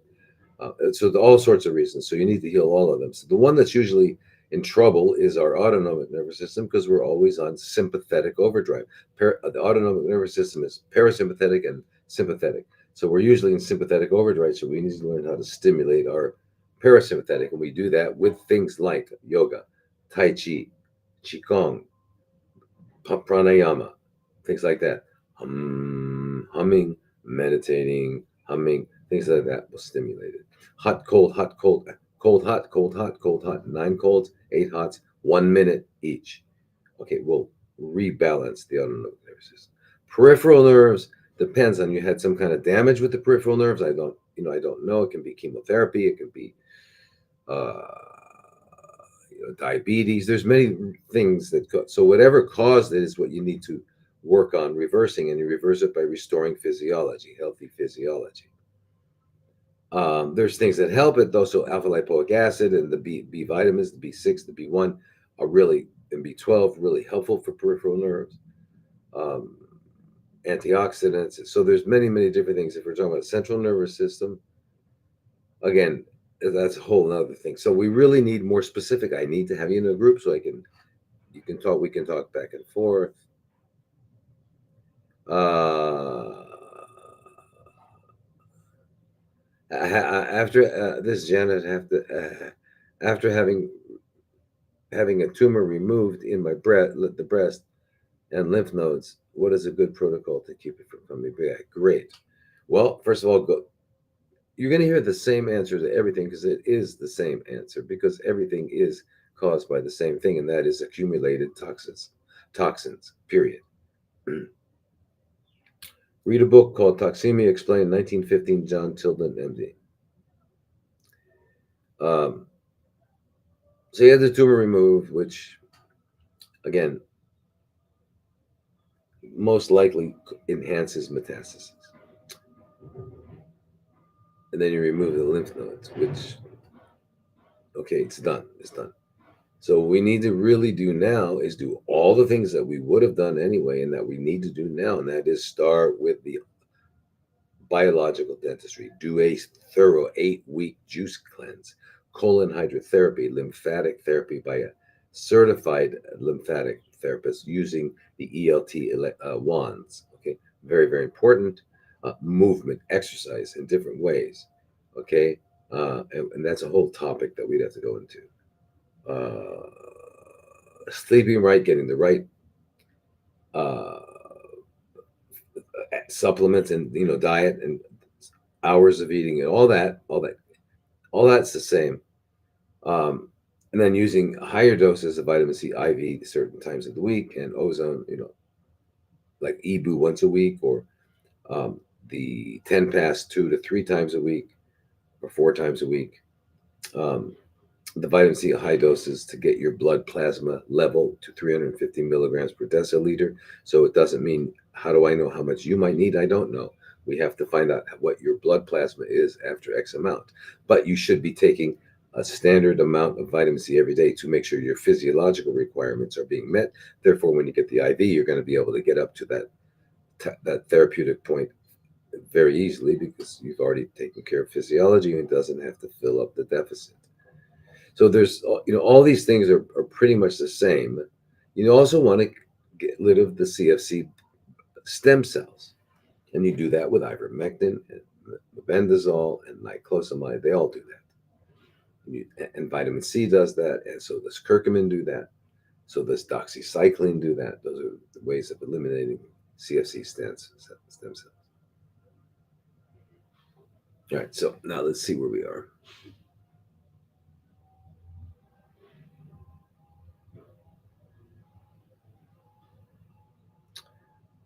Do you truly believe there is a cure for every CFC? Big Pharma doesn't allow it. Well, I don't look at it that way. CFCs are CFCs.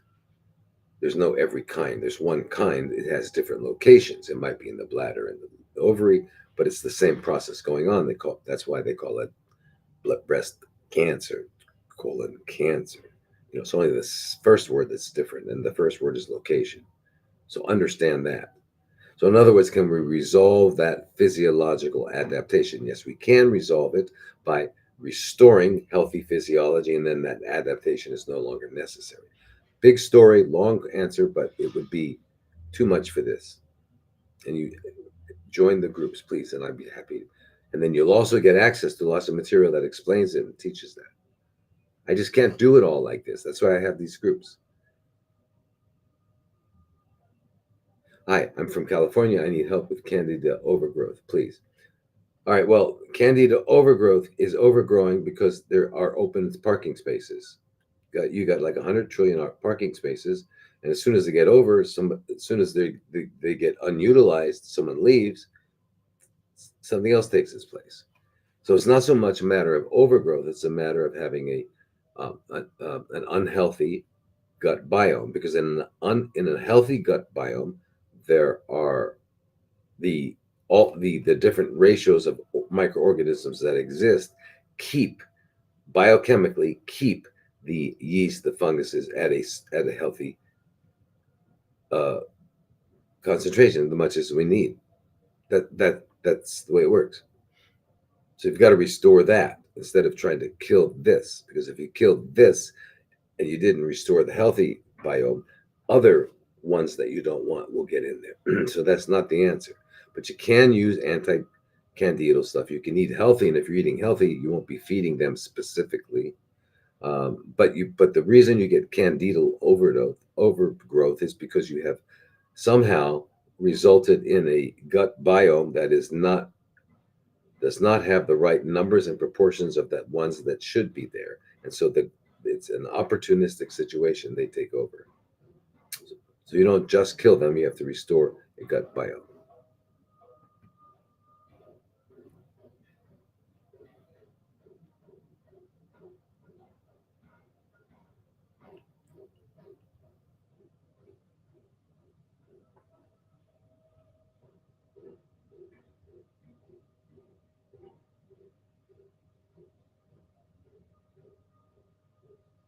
All right.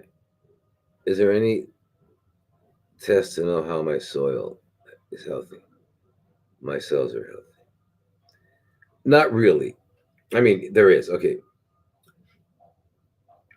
There's a test called the Comprehensive Digestive Stool Analysis. It used to be done by Great Smokies, which I think it's now been taken over by Genova. I'm not sure. But other ones like, oh, that one in Arizona, I can't remember. Anyway, that do these comprehensive digestive stool analysis, where you give different samples of stool, and they look at it, and they look at it for the enzymes that are in there, so no, to determine whether or not you're able to produce the appropriate enzymes for your diet, or whether they're lacking, and also it also determines whether or not you are able to handle fat appropriately. It also looks at the microorganisms in there. The ones that are what they call pathogenic are the ones that are either don't belong in there at all because they're not their their function and roles are not necessary in our particular gut biome, and so they're causing problems. Or you're having too much of something that you should have, or not enough of something you should have. So again, it comes back to restoring a healthy gut biome, and the way you do that is by cleansing, eating correctly at the right intervals, and that'll do it. You don't even need probiotics because it'll restore a balance. But you can take probiotics in addition to that. And if you want to get rid of the candida because it's causing a specific problem, there's drugs called nystatin, which is swish and swallow, so it gets any candida that may be in your oral cavity, throat, or esophagus, stomach. And there's diflucan or fluconazole, which you can take orally, 100 milligrams twice a day. But the best way is diet, cleansing, and get the right biome. Stephanie, why will I add myself to the group? Thank you. Oh, all right, Stephanie, you're welcome. Go to drlodi.com and you'll be able to join a group.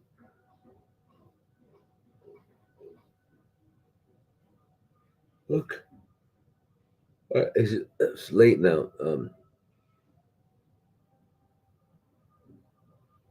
I don't have a group for emphysema. However, join the health and healing group. We can talk about it there.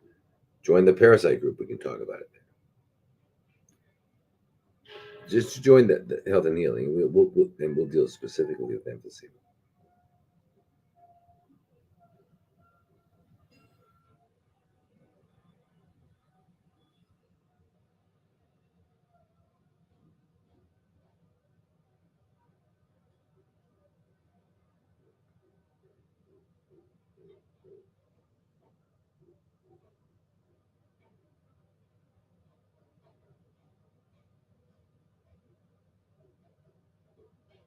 Anyway, it looks like there's a lot more questions, folks. I'm so sorry. Didn't get to them all today. Shoot. All right, so namaste, namaskar, sawadee and aloha to everybody. Okay, have a fantastic week and get healthy. Join these groups. Let's talk more than just this Sunday Night Live. Let's talk twice a week. If you join the CFC group, we'll be talking twice a week for as many hours as we need to answer everybody's questions, and you get access to all these other people. It's really amazing. It's very, very important. Join it. Okay. Love everybody except Bill Gates, Klaus Schwab. I mean, some people I don't. I'm not perfect, but if you're not evil, I love you, and I should love everybody, but I'm just not at that point yet, and so I'm not. Anyway, fantastic. See you next week. Aloha.